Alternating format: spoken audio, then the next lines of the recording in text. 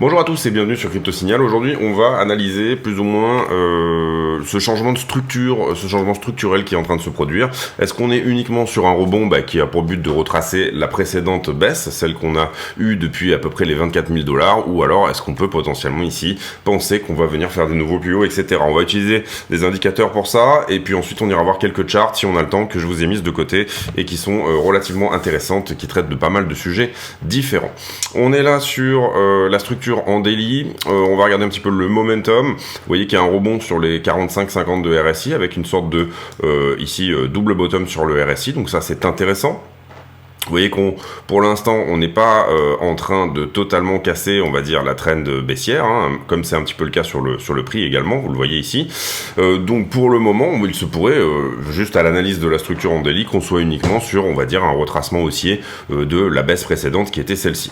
La deuxième chose, c'est qu'on voit que le stochastique était en bas, et là, il est en train de repasser dans la zone, on va dire, plus ou moins de neutralité. Donc ça, c'est plutôt une bonne chose. On n'accepte pas de ramper en bas, et on a un shop qui est plutôt déchargé à ce stade, donc ce mouvement pourrait se faire plus lentement, on va dire, en daily en tout cas, que ce qu'on pourrait penser.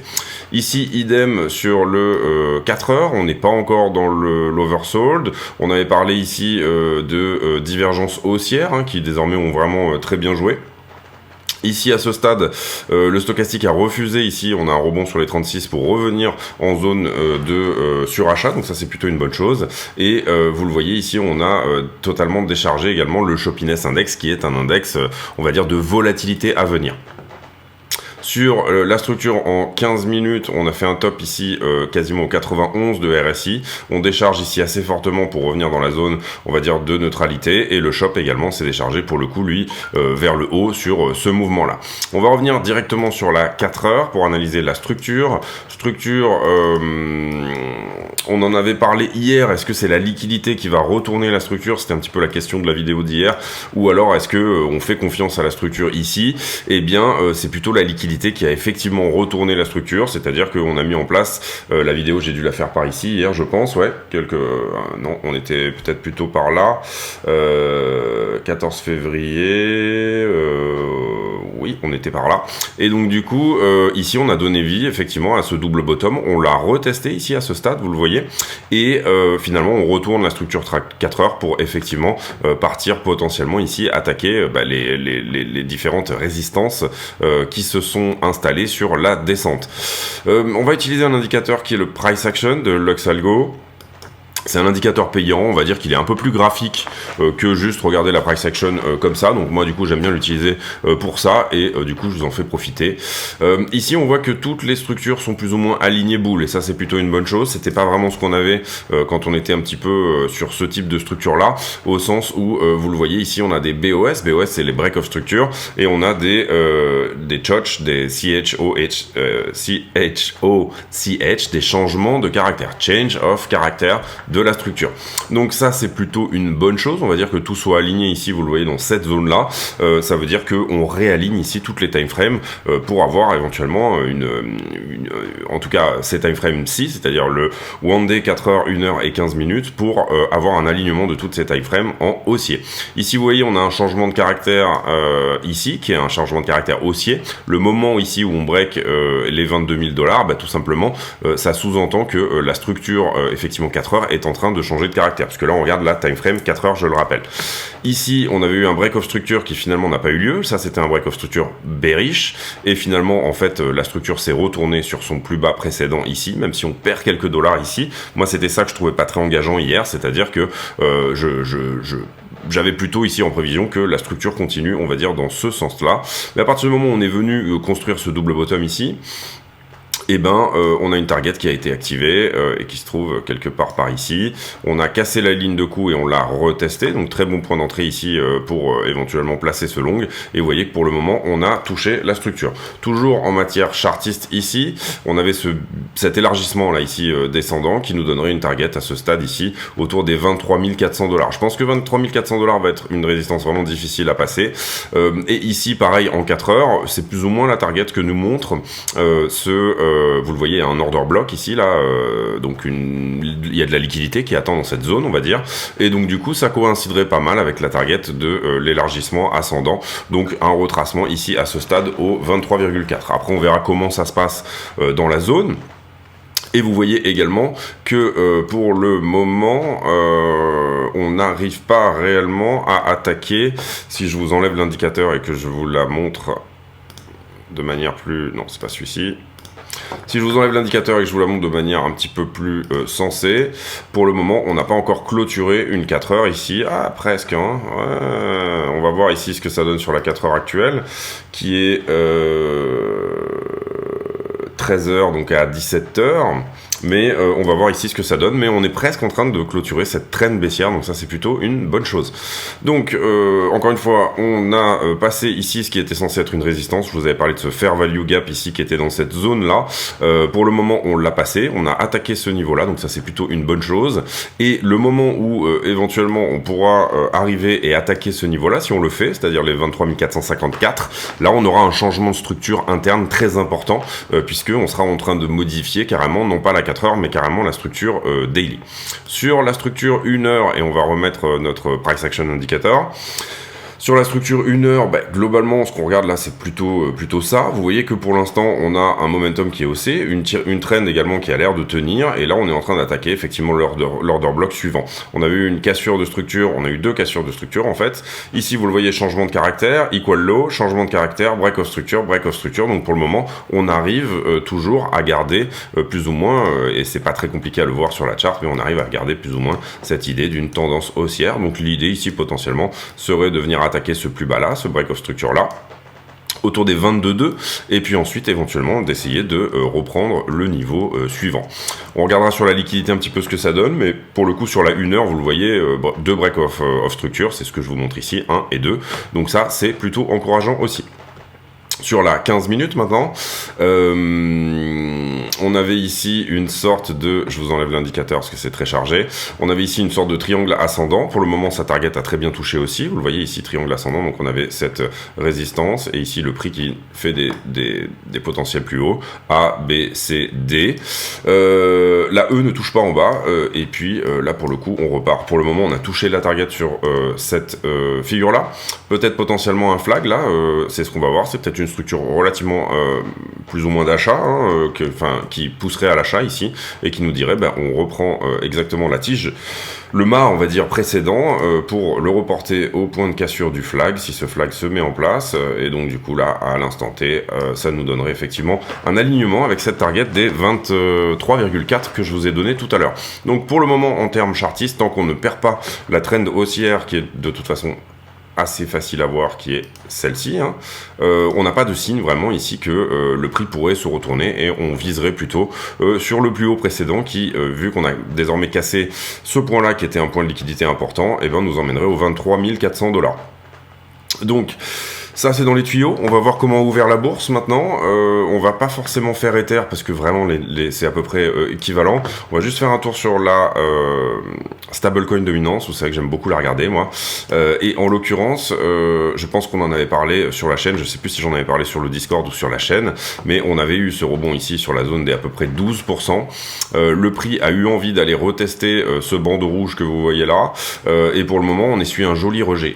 Donc revenir à l'attaque effectivement des 12%, et ça sera dans la zone à peu près des 23 500, 24 000 $. Donc là, ça s'aligne pas mal aussi avec ce que je vous disais précédemment. Si on arrive à péter pour moi là, ici, les 12%, après, on n'a plus grand chose sur la stablecoin dominance avant les 8. Donc ça voudrait dire qu'on casse les 30 000 $, hein, concrètement, largement même, potentiellement même au-dessus, 37, 38. Pour le moment, on pourrait aussi retrouver rebond et marquer ici un vrai double bottom pour donner en fait vie à un range qui se trouverait comme ceci. Alors là, je suis pas en log, mais on va se mettre en log, voilà. À un range, c'est-à-dire en fait que la structure nous dise, moi j'ai besoin tout simplement de revenir retester les 19 ici, et ça nous emmènerait, bien sûr, vous l'avez compris, plutôt vers les 17-18 000 $. Donc pas très compliqué ici de regarder. C'est bien qu'on ait été rejeté ici à ce stade par ce niveau. Le prochain niveau qui pourrait nous soutenir, c'est les 12%. Si on casse les 12%, c'est un peu le bouchon de champagne, je pense, pour pouvoir éventuellement ici avoir un retracement aussi plus important que celui qu'on est en train de voir. Le SP500, comment il a ouvert aujourd'hui? On va se mettre à la minute pour bien voir éventuellement le gap d'ouverture. Il est 15h36, donc du coup, comment dire... c'est l'ouverture, hein, voilà. Donc on avait fermé là, on a ouvert ici, on a ce gap baissier qui est désormais en train d'être comblé. Est-ce que ça veut dire nécessairement qu'on va combler ce gap dans la journée?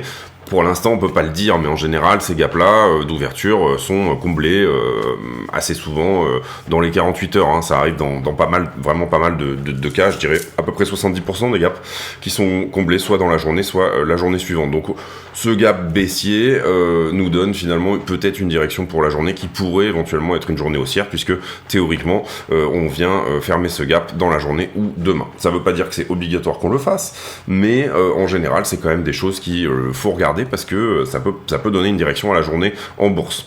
Il arrive assez souvent aussi que en fait le gap d'ouverture, on vient de le chercher à moitié, on retourne la journée, parce que là, évidemment, ça serait un peu trop facile, on retourne en milieu de journée, et là, pour le coup, après, on amorce une journée baissière, et finalement, on vient 2 jours après revenir combler ce gap-là un petit peu plus tard. Donc, attention aux faux amis, c'est-à-dire, il y a un gap baissier, je suis nécessairement longue, c'est pas du tout comme ça que ça se passe, bien entendu, tous les jours, et assez souvent, la première heure, sur Wall Street ne donne pas la réelle tendance de la journée, on a plutôt une réelle tendance vers 16h30, 17h.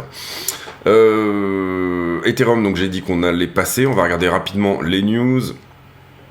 Ici, pas grand chose sur Wall Street Journal, on a fait déjà toute l'analyse ici au niveau session, etc.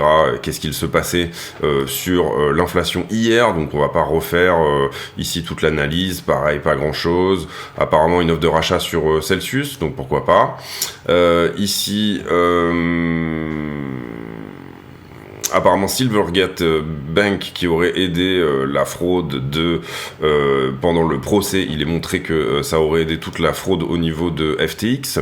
À voir, hein. Silvergate, ils ont quand même bien morflé, hein. C'est une banque qui était une banque traditionnelle et qui s'est très fortement orientée vers la crypto. Donc du coup, elle a ici essuyé un peu les pots cassés sur ce bear market, de sa trop cryptoisation. Et donc du coup, je crois que l'action Silverbank a perdu énormément. Hier, on a eu une chute sur le marché action, hein, donc aujourd'hui, effectivement, un retracement de cette chute-là est plutôt possible. Et dans la journée, vous comprenez que dans la journée d'hier, ça a commencé hier et ça a continué aujourd'hui, pour le coup, Bitcoin a plutôt short squeezé le mouvement. Donc il s'est plutôt débarrassé de ses shorts. Là, on va revenir ici sur la question principale de la vidéo qui est: est-ce qu'on est juste sur un retracement haussier de la baisse précédente ou alors est-ce qu'on est sur une modification totale de structure? Pour moi, on aura une réponse autour des 23 500 $. Si on n'arrive pas à attaquer ce plus haut des 23 400 $, à ce moment-là, ça veut dire qu'on était juste ici en train de short squeezer. Il y avait eu trop de shorts sur cette news là et on était en train de le short squeezer. Maintenant, il faut bien comprendre, je regarde là en même temps qu'est-ce qu'on aura la semaine prochaine. Et qu'est-ce qu'on aura en fin de semaine? Ici, il y a eu des news sur les retail sales, ça a dû sortir, donc on va regarder ce que ça nous dit. 3%, 2,3 sur les... ici, les informations sont plutôt bonnes en ce qui concerne, on va dire, les données de consommation. Donc ça, c'est plutôt une bonne chose également pour la journée. Ça, c'est marrant, on a Jean-Pierre Foucault là. Want to play the lottery, ouais, bon voilà, si vous voulez jouer à la loterie, voilà les actions les plus spéculatives de la journée. Ensuite, on a fait ici, je pense, le tour en ce qui concerne les news. On va aller voir quelques charts ensemble et puis on viendra faire la liquidité juste après. Juste avant, je vous envoie la page de pub comme d'habitude. Voilà. Allez, on y va pour la page de pub. La chaîne est partenaire de 2 exchanges qui sont Bybit et BitGet. Ces 2 exchanges ont fait leurs preuves. Ils sont suffisamment liquides à mon sens et ils ont également d'excellentes preuves de réserve. Comment on passe par le lien de la chaîne pour s'affilier sur un de ces exchanges? Tout simplement, on va sur la vidéo, on clique sur la description de la vidéo et là vous aurez 3 liens importants. Le premier étant l'accès au Discord, le serveur qui nous permet de communiquer. Le deuxième étant les liens d'affiliation ici que vous voyez sur Bybit et BitGet. Lorsque vous cliquez sur un de ces liens, vous allez tomber sur une page qui ressemble à ça. Et là, vous allez cliquer sur s'inscrire. À partir de là, vous aurez de toute façon accès au moins 15% sur vos frais de trading, quoi qu'il arrive. Pas besoin de faire le reste, on va dire. À partir de là, vous serez de toute façon affilié. Mais vous pouvez éventuellement aller plus loin. Vous pouvez aller plus loin en tout simplement, une fois que vous êtes connecté, votre page de connexion, elle ressemble un petit peu à ça. Et là, vous allez passer votre souris sur votre icône de profil et ça va vous afficher un numéro qui s'appelle le User ID, le UID. Vous copiez cet UID et vous venez sur le Discord, vous présentez ici. Nous, notre Discord, il faut se présenter à l'entrée, c'est-à-dire qu'il y a un filtre, on filtre les gens de manière à éviter les scams et les bots et pour donner des rôles aux gens, c'est-à-dire est-ce que vous êtes plutôt trader, débutant, affilié, etc. Une fois que vous aurez fait ça, vous allez dans le salon demande affiliation et dans le salon demande affiliation, vous allez pouvoir poster votre UID. Et votre UID sera validé ou non comme étant une UID qui est tout simplement affiliée à CryptoSignal. Ensuite, vous aurez accès à un salon privé qui s'appelle Section Affiliée, dans laquelle je poste des graphiques et je poste des analyses, etc. exclusives sur ce salon. Il y a aussi une possibilité de participer à un tirage au sort. Pour participer à ce tirage au sort, il faudra également déposer 100 USDT, en plus de s'inscrire et de faire toutes ces démarches-là, déposer 100 USDT sur un de ces deux exchanges. À partir de là, l'exchange me le dira et ils me diront que vous avez, entre guillemets, le statut de super affilié. Le statut de super affilié, vous n'êtes pas obligé de trader ces 100 USDT d'ailleurs, hein, ils peuvent très bien juste rester sur la plateforme quelques temps, le temps que vous soyez validé, et puis une fois que vous êtes validé, vous pouvez les enlever, vous en faites ce que vous voulez, mais ça vous permettra de participer à un tirage au sort tous les 20 affiliés de 200 USDT. Donc le premier tirage au sort, il sera sur 20 affiliés, le deuxième sera sur 40, une chance sur 40 de gagner 200 USDT, le troisième sera sur 60, une chance sur 60, etc. Donc voilà, écoutez, si ça vous intéresse, n'hésitez pas à passer par ces liens, et puis on revient à la vidéo. Merci de votre attention. Ok, donc du coup, on va faire d'abord la liquidité, on ira voir les charts après. 91 millions de liquidations hier, un peu plus de la moitié sur Bitcoin et Ethereum cumulés, un peu plus de liquidations sur Bitcoin que sur Ethereum, et vous le voyez ici, la plupart des liquidations ont lieu, bien sûr, sur des niveaux de short. Donc ça c'est intéressant, on va pas faire le carnet d'ordre aujourd'hui, on va directement passer au niveau, et vous le voyez ici, voilà, pour moi on est un petit peu au milieu de rien là en ce moment, on a effectivement short squeezé, on a pris bien sûr les mèches ici de liquidation qui étaient sur le mouvement on va dire d'hier, mais vous voyez que pour moi les grosses liquidations des niveaux antérieurs, elles ont eu lieu plus haut, en tout cas dans de l'analyse que j'en avais, on avait ce fameux fair value gap, on était tombé très fort en 1 minute ou 2 minutes, et pour l'instant c'est normal de revenir faire du business dans la zone, mais il n'y a pas vraiment d'order block ici extrêmement important à venir chercher. Ensuite, ici sur donc le prix. Alors, qu'est-ce qu'on a fait depuis les niveaux de liquidation précédents? On avait fait la vidéo hier, on a dû la faire par ici, je pense. J'essaye de retrouver... Oui, on est peut-être en 1 minute, là, c'est peut-être pour ça. Voilà, on les a. Donc du coup, qu'est-ce qui a été pris? Ces deux niveaux-là qu'on avait mis en avant hier, ici et là. On avait dû faire la vidéo par là. Qu'est-ce qui s'est passé depuis? Eh bien, on a eu un assez fort mouvement longueur sur ce bottom-là. Hein. Donc là, maintenant, 21 bits, c'est vraiment une cible au niveau des longueurs pour venir ici les corriger. Donc ça, c'est intéressant.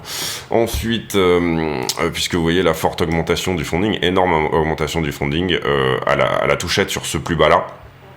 Et même énorme augmentation du funding juste avant. Donc on peut même ici, je pense, carrément mettre un niveau également ici. Là, ça va être les deux niveaux à potentiellement venir chercher. Ensuite, on a été fortement shorté par la suite. Effectivement, le prix augmente, donc c'est normal qu'on... Enfin, c'est pas ça. Ici, le funding devrait également augmenter et c'est pas le cas. Et on a été fortement shorté à peu près sur ce niveau-là. Vous comprenez que c'est ce que le prix a short squeezé derrière, puisque vous voyez ici cette descente du funding carrément jusque dans la zone négative. Énormément de shorts en fait qui sont rentrés sur cette structure-là, qui était plus ou moins, je pense, la structure d'hier. Post-CPI. Le CPI a lieu à 14h30. On a d'abord liquidé du long. Ensuite, on a commencé à liquider du short. Ensuite, ici, le prix était en train de retomber pour vraiment venir chercher potentiellement ces niveaux-là. Mais par la suite, il s'est ravisé puisqu'il y avait trop de short dans la balance ici. Et après, on retrouve une forme de normalité, c'est-à-dire que là, tout augmente ensemble.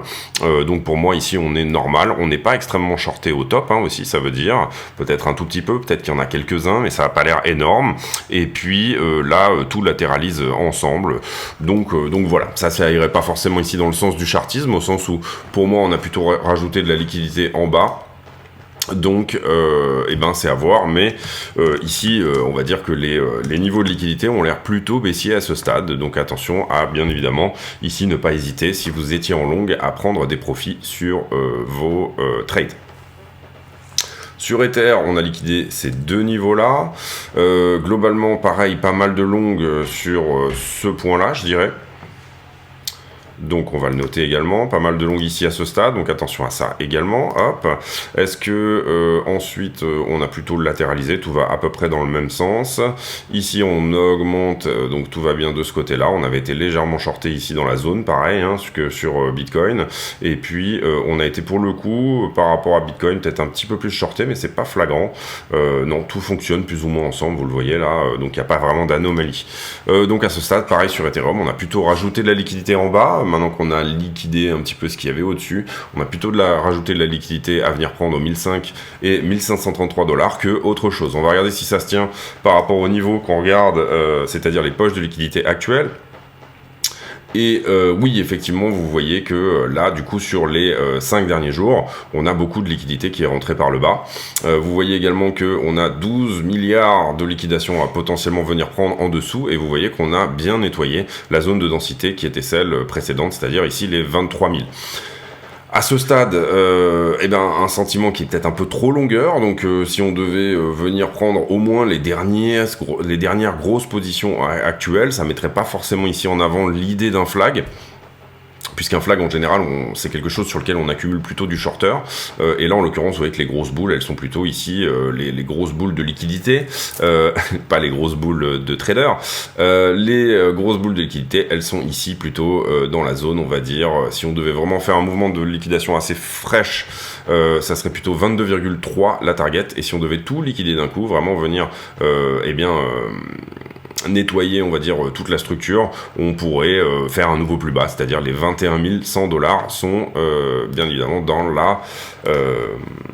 dans la ligne de mire potentielle du prix. Qu'est-ce qui va trancher ici? C'est la demande au spot. Sur Ethereum, c'est un petit peu la même chose. On est à moitié moins, on est plutôt autour des 7 milliards au-dessus du prix à venir liquider, donc par rapport à Bitcoin. Donc beaucoup de regains au niveau de l'intérêt sur Bitcoin, plus que sur Ethereum. Également ici, les poches de liquidité en 12 heures, vous voyez qu'on avait vu hier qu'il y avait quand même pas mal de shorters dans la zone, et c'est ce qu'on avait dit. On avait dit, est-ce que c'est la liquidité qui va retourner la structure, ou alors est-ce qu'on fait confiance à la structure? En l'occurrence, il aurait fallu ici suivre la liquidité, puisque ça s'est renforcé encore derrière, c'est-à-dire qu'on a un sentiment qui a été extrêmement shorter à partir de 15h30, 16h, et donc du coup, ici, le prix est juste venu chercher ce qu'il avait à faire. On a peut-être une zone ici, et c'est celle qu'on montrait, à revenir prendre au-dessus des 23 000 $ dorénavant, donc un petit bond de 300 $. Est-ce qu'on a une zone extrêmement forte autour des 24? Non. Tout à l'heure, on a parlé des 23 400, et vous voyez qu'ici, sur les 12 dernières heures, en tout cas, on n'a pas vraiment forci dans cette zone-là. Quand on regarde la 7 jours, qui est vraiment intéressante, je trouve, et qui marche plutôt bien dernièrement, ça nous dit quoi? Ça nous dit que si vraiment on devait dipper, on irait en deçà des 20 600, voire il y a une petite poche de liquidité autour des 19,5. Donc ça serait dans le cas d'un dip assez péchu. Et ça nous dit que au niveau liquidité au-dessus, on a vraiment bien nettoyé ici la zone jaune qu'on avait au-dessus du prix, qui nous montrait les 22 600. Et à ce stade, si on devait être haussier, on irait plutôt autour des 24 000. Donc le niveau tout à l'heure dont je vous avais parlé des 23 400, vous voyez qu'il est plutôt par ici. Il n'est pas extrêmement fort, en l'occurrence, effectivement. La liquidité principale elle se trouve plutôt au-dessus des 24 000. Et ensuite, bien sûr, on a cette poche de liquidité au-dessus des 26. Voilà, on a traité la liquidité. On va maintenant faire les charts dont je vous parlais tout à l'heure. Et puis ensuite, on ira éventuellement refaire un tour sur le prix pour faire la conclusion. Est-ce que je vais juste mettre en cam là une petite seconde? Ouais, c'est bon. Ok, donc ici, cette charte-là qui nous parle de la corrélation. La plupart de ces charts, elles sont sorties d'un channel qui s'appelle Invest Answers, que je regarde moi tous les jours, et qui parfois propose des charts vraiment intéressantes.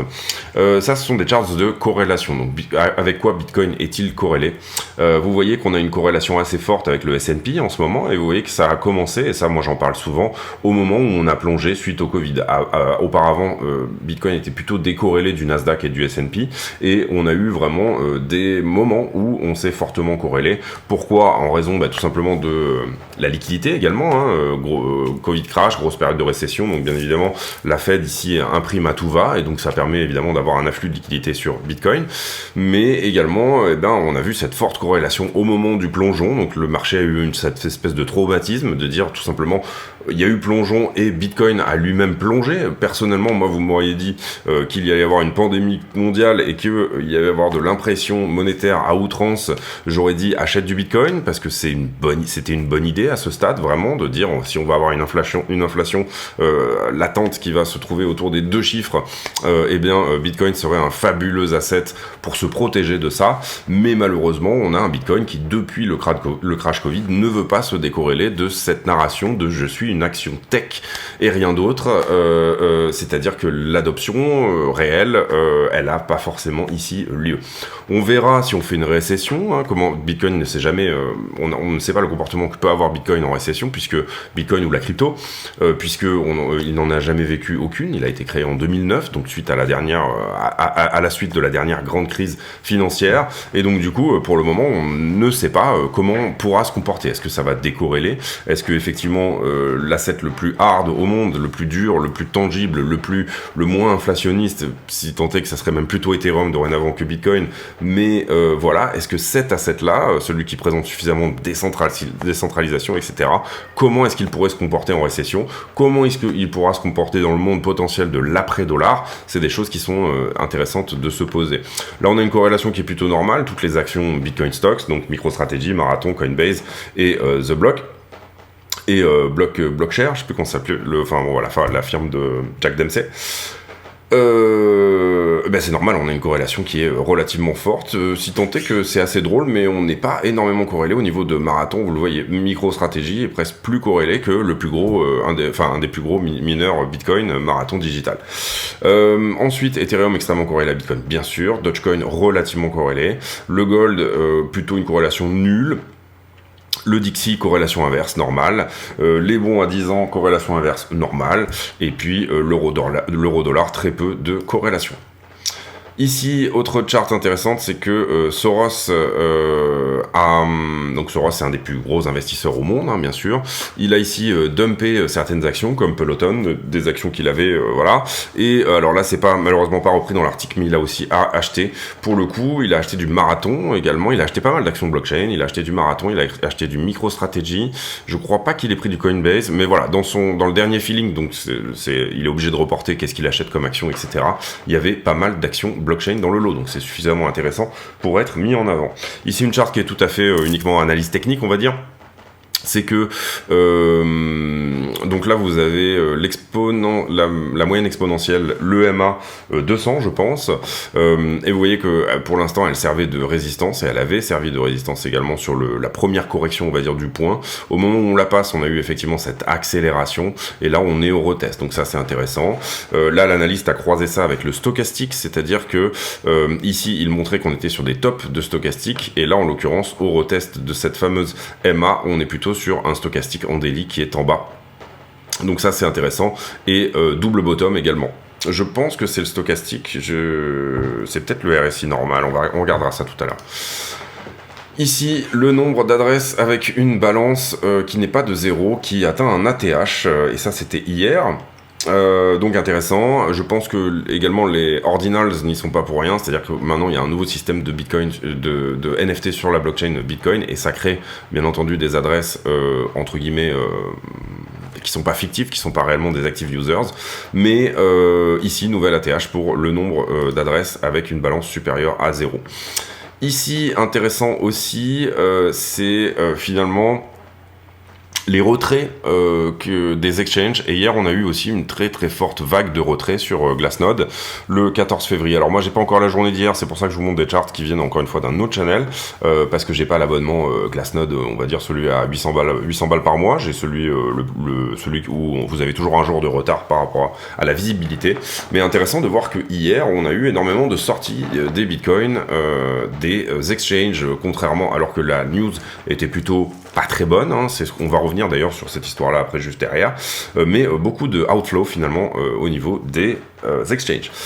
Ici le CPI, alors concrètement, je vous ai mis ça parce que hier on l'avait mis en avant aussi, mais c'est effectivement les coûts d'hébergement ici qui viennent beaucoup plomber le dernier CPI, le CPI précédent. Et vous voyez qu'ils sont plus ou moins quand même en train de corriger, c'est-à-dire que on a ici effectivement ce petit rebond, mais on est peut-être ici sur une zone dans laquelle on aura une correction.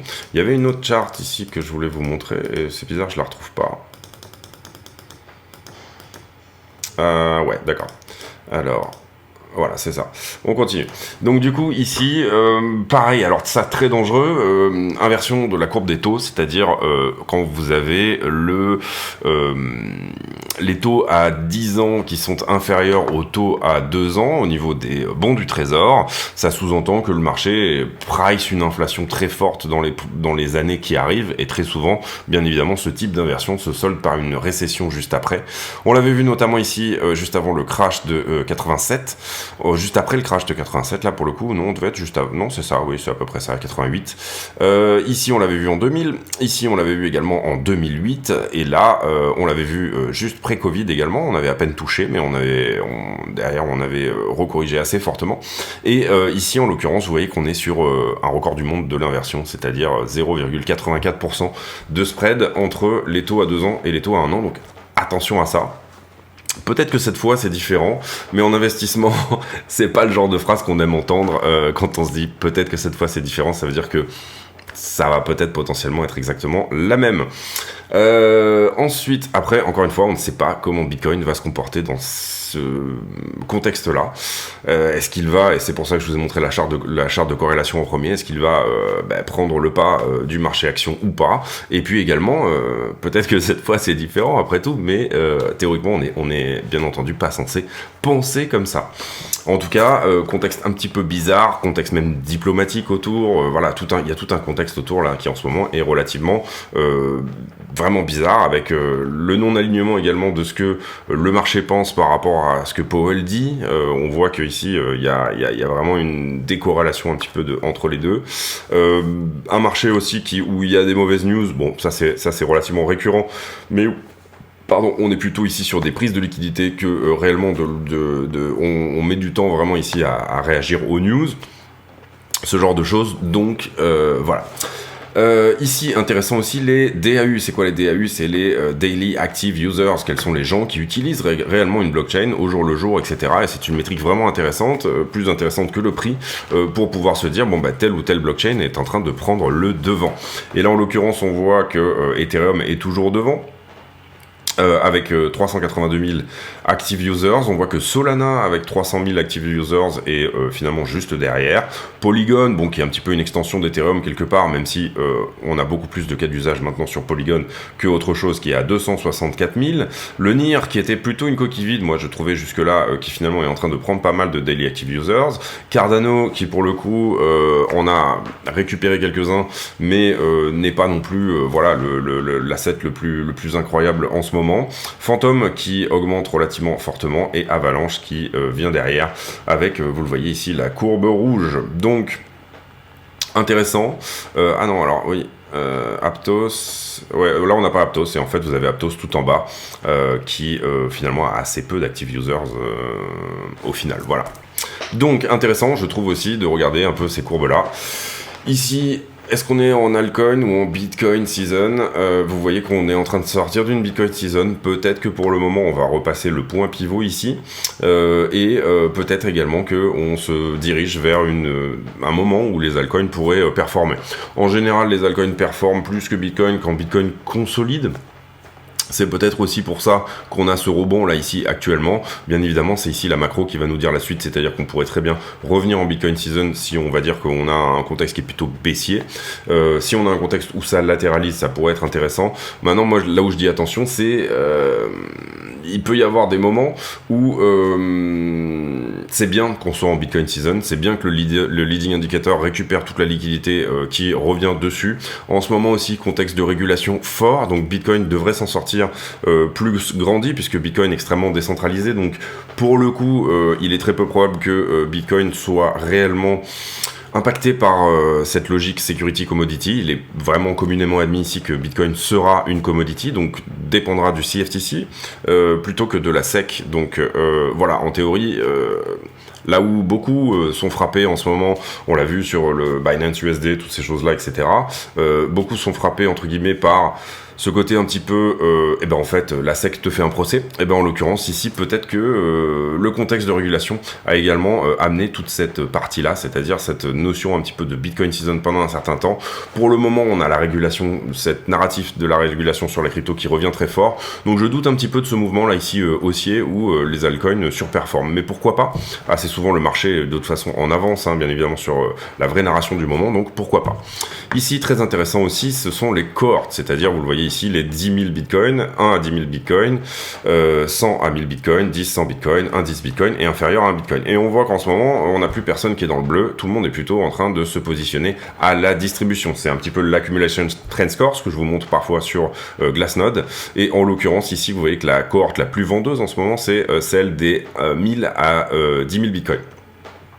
Les autres restent plutôt dans le neutre, d'une certaine manière, mais la cohorte qui est le plus positionnée à la vente, c'est finalement de la baleine à, puisque baleine c'est 1000 bitcoins, à la baleine à boss, c'est-à-dire 10 000 bitcoins. Donc attention à ça aussi, ça veut dire que les gros distribuent. Maintenant aussi, on voit de plus en plus un petit peu de manipulation on-chain, c'est-à-dire le nombre, on aura plus tendance ici, si vous avez 10 000 bitcoins, vous allez plutôt ouvrir 10 adresses à 1000 bitcoins, et ainsi de suite. On a une tendance au fractionnement des adresses, c'est quelque chose qu'on peut voir notamment sur les grosses baleines précédemment, qu'on regardait avec des adresses à 100 000, 100, 120 000 bitcoins, etc., qui ont plutôt tendance à se fractionner en plusieurs adresses. Donc, bien évidemment, le on-chain est manipulable, mais ça nous donne quand même ici une métrique que, effectivement, les gros sont plutôt positionnés à la distribution à ce stade. Donc ça, c'est plutôt pas une bonne chose. Ici, on regarde Asie contre le reste du monde, entre guillemets, qui est plutôt vendeur, etc. On considère qu'une bonne partie de la smart money, quand même, sur Bitcoin est plutôt asiatique, on va dire. Il y a beaucoup ici de moi, j'aime pas le terme smart money, mais il y a beaucoup ici de gros bags qui sont asiatiques.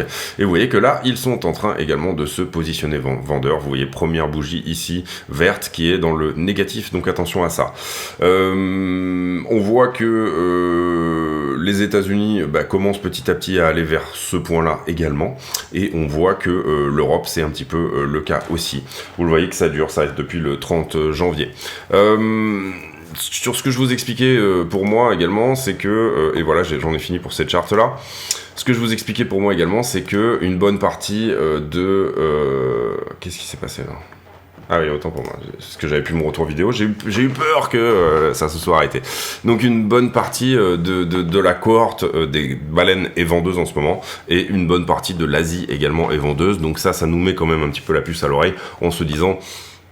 Attention à ce mouvement un petit peu, voilà, c'est pas qu'il faut pas non plus trop y croire, mais encore une fois, l'idée que cette fois c'est différent, il faut faire très attention à ce type d'idée-là. On revient ici sur la liste et sur le prix du Bitcoin, et on va faire la conclusion. Pour le moment, pour moi, on est plutôt en train de retracer effectivement quelque chose que de s'orienter vers des nouveaux ATH, etc. C'est la demande au spot ici qui va trancher, hein, encore une fois de plus. La liquidité, on voit qu'elle est désormais plutôt en dessous. Donc peut-être que ce qu'on est en train de regarder finalement, c'est, admettons qu'on ait trouvé un top qui se trouve à peu près par là. On a plusieurs possibilités en fait. Déjà, on a soit cette possibilité ici d'une flat étendue, c'est-à-dire que là la correction actuelle elle est en train de se faire en 3-3-5, un petit peu ce qu'on a eu sur la structure globale du Bitcoin par exemple. D'ailleurs je trouve qu'on pourrait revoir ça un petit peu comme un fractal de tout ce qui s'est passé précédemment, et assez souvent Bitcoin aime bien faire ce genre de choses, et tous les actifs aiment bien faire des fractals, c'est-à-dire que là le W qu'on regarde là, est-ce que ça serait pas en fait ce W là, vous voyez. Ça c'est une possibilité. Deuxième possibilité aussi, c'est que en fait on entame à peine une correction, c'est-à-dire que en fait on soit fait ici une, 2 et 3 ABC. Ici qu'on soit en train de faire de quoi revenir pour faire une flat, c'est-à-dire tout simplement également une 2 et une 3 pour remonter en haut, et ensuite on fera une descente en 5 vagues. Dans les possibilités également sur la structure et de ce qu'on regarde, alors là on l'a peut-être pas ici, est-ce qu'on l'a ici? Oui, c'est parce que je suis pas en log. Ici, vous le voyez, on n'est pas venu réellement retest ce qu'on avait passé, cette grosse trend là, et pour moi j'aurais bien aimé qu'on le fasse, parce que ça confirmerait qu'on c'est effectivement dorénavant un support, donc ça serait plutôt intéressant de le faire. Voilà, pour moi, on va dire ce qui est dans cette correction là n'est pas nécessairement fini.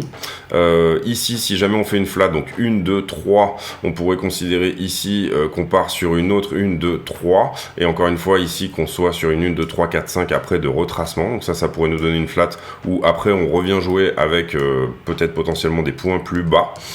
Ça, c'est une première possibilité. La deuxième possibilité, bon, de toute façon, il ne faut pas se priver de ces mouvements haussiers. Moi, personnellement, j'ai eu du bol, en l'occurrence, là, sur ce mouvement-là, parce que j'étais plus optimiste sur le CPI.